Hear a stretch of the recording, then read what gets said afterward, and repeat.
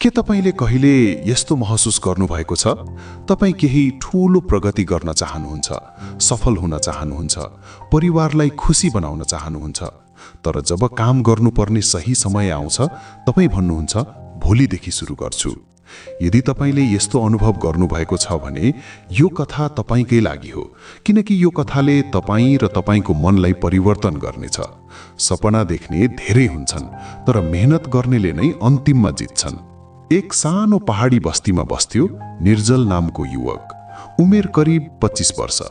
बस्ती निकै सुन्दर थियो, चारैतिर हरियाली, उच्च सल्लाघारी वन, बीचबाट बग्ने सानो खोल्सो र माटोको सुगन्ध हावामा घुलिएको। बिस्तारै बिहान पर्दै जाँदा मानिसहरू कामकाजका लागि खेततिर जान्थे, बच्चाहरू खोल्सा किनारमा खेल्थे र बस्तीको जीवन निकै शान्त थियो।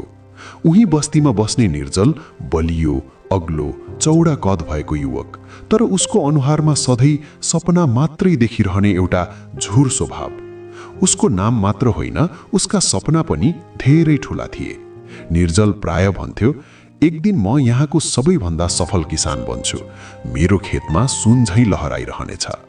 बस्तीका मानिस हाँस्दै भन्थे, निर्जलका सपना राम्रा छन्, बस उठ्न सके काम पनि गर्न सकिन्छ नि।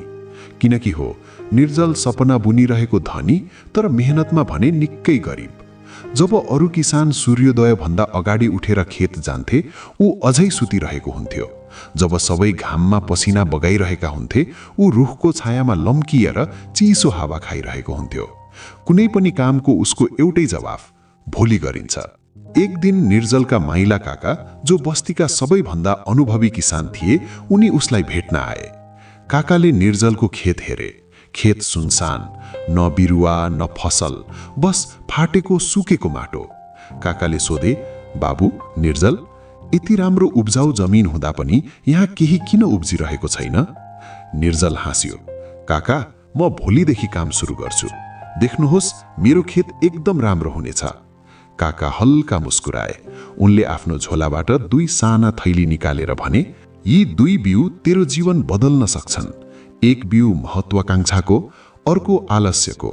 महत्वाकांक्षाको बिउ बिस्तारै बढ्छ, तर उसलाई हरेक दिन ध्यान, पानी र परिश्रम चाहिन्छ। र आलस्यको बिउ हो, यो आफै बढ्छ, तेरो खेत, तेरो भविष्य सबै नष्ट गरिदिन्छ। काकाले भने, अब चुनाव तेरो हातमा छ निर्जल, कुन बिउलाई तैँले पानी हाल्छस्? निर्जल तुरुन्तै बोल्यो, म महत्वाकांक्षाको बिउ रोप्छु, किनकि म ठूलो मान्छे बन्न चाहन्छु। तर भोलिपल्ट ऊ फेरि ढिलो उठ्यो, फेरि भन्यो, भोलि रोपिदिन्छु। दिन बित्दै गए, हप्ता बिते। एक दिन ऊ झर्किएर 2 बिउ एउटै ठाउँमा रोपिदिन्छ, सोच्छ जे हुन्छ हेर्छु। केही हप्तापछि निर्जल खेत पुग्यो। उसले देखेको दृश्यले उसको मन चिरियो। पुरै खेत झार झुड्कोले भरिएको, जङ्गली, अनियन्त्रित, घना झारीहरू, बीचमा सुक्खा मरेको महत्वाकांक्षाको बिरुवा। निर्जल स्तब्ध भयो। त्यसबेला पछाडिबाट आवाज आयो, निर्जल, यही त तेरो जीवनको वास्तविकता हो। काका उभिनु भएको रहेछन्।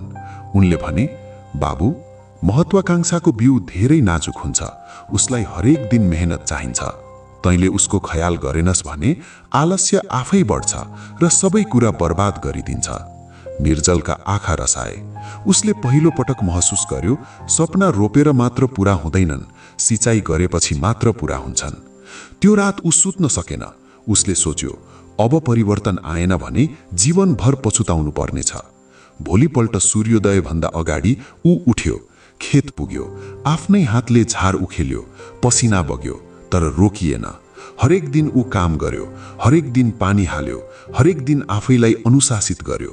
बिस्तारै सानो बिरुवा बढ्दै गयो, फैलियो, अन्ततः ठूलो रुख बन्यो र अन्तिममा निर्जलको सपना पूरा भयो।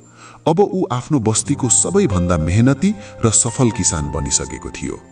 केही समयपछि उसले खेतको छेउमा एउटा काठको पाटी गाड्यो। यहाँ 2 बिउ थिए, एक सपनाको, एक बहानाको। हामीले जुन बिउलाई पानी हाल्छौं, उही बिउ जीवनमा उम्रन्छ। अन्तिम लाइन, सपना उनैका हुन्छन् जो भोलिदेखि होइन, आजैदेखि सुरु गर्छन्। साथीहरू, हाम्रा भित्र 2 बिउ छन्, एक महत्वाकांक्षाको, एक आलस्यको। हामीले जुन बिउलाई हरेक दिन सिंचन गर्छौं, उही हाम्रो जीवनमा परिणाम बन्छ। यदि यो कथाले तपाईलाई सोच्न बाध्य बनायो भने लाइक, शेयर गर्नुहोस् र हाम्रो मनलाई सब्स्क्राइब गर्न नबिर्सनुहोस्, किनकि कथा केवल सुन्नका लागि होइनन्, जिउनका लागि हुन्छन्।